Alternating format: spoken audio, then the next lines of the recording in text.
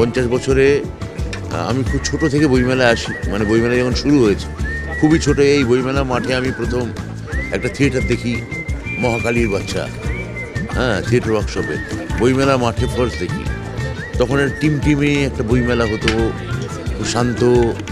সেই বইমেলা আমি চোখের সামনে 50 বছর ধরে এতটা বাড়তে দেখলাম।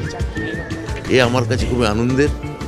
50 বছর কেন, যখন 100 বছর হবে আমরা থাকবো না, কিন্তু বইমেলার 100 বছরও হবে। কিন্তু চোখের সামনে এত বই লোকে দেখছে, বিক্রি হচ্ছে, এটা দেখলে এক ধরনের মানসিক শান্তি হয়, স্বস্তি হয়, ভাল লাগে যে এত মানুষ বই কিনছে, বইকে স্পর্শ করছে, ওই মোবাইলে বই পড়ছে না। তো এগুলো ভাল লাগে দেখতে। বই তীর্থ যদি মুখ্যমন্ত্রী করবেন বলে থাকেন, তাহলে উনি করবেনই। বই, মুখ্যমন্ত্রী এতগুলো বই আছে, ফলে উনি বই ভালোবাসেন, উনি নিজে লেখক, সাহিত্যিক। ফলে এই বই তীর্থ যদি হয়, এটা আমার ধারণা এই এই যদি নিউ টাউনে হয়, এই এলাকার পুরো হাল পাল্টে দেবে।